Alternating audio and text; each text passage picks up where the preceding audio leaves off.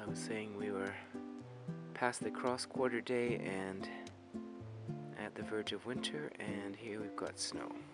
This is our second snowfall of the year. The first was a couple of weeks ago and melted gradually over a number of days or a week or more in shady places.